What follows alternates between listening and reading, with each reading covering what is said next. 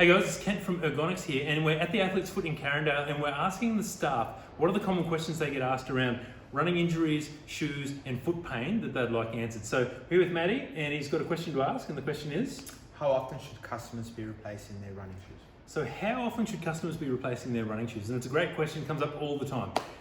So generally, as a general rule, we say about a year or about 1,000 Ks. So it really depends on how much you're running in your shoes, how much mileage you're doing, and what you're doing in them. So if, as a general yardstick, most people would do 1,000 Ks in a year if they're a really low intensity runner.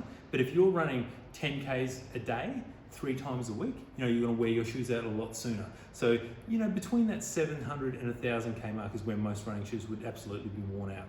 And the other things you can do is you can actually check the structural features of the shoes, and if the shoe starts to twist too much, it won't support your feet.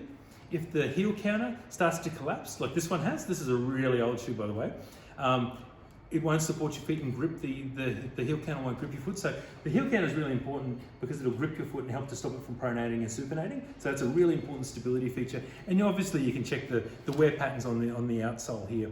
You can see that this one's worn right around the central section and it's absolutely cooked. So you're getting no support through this section. So about 1,000 Ks, about a year, and if your shoes generally start to move too much, they need to be replaced.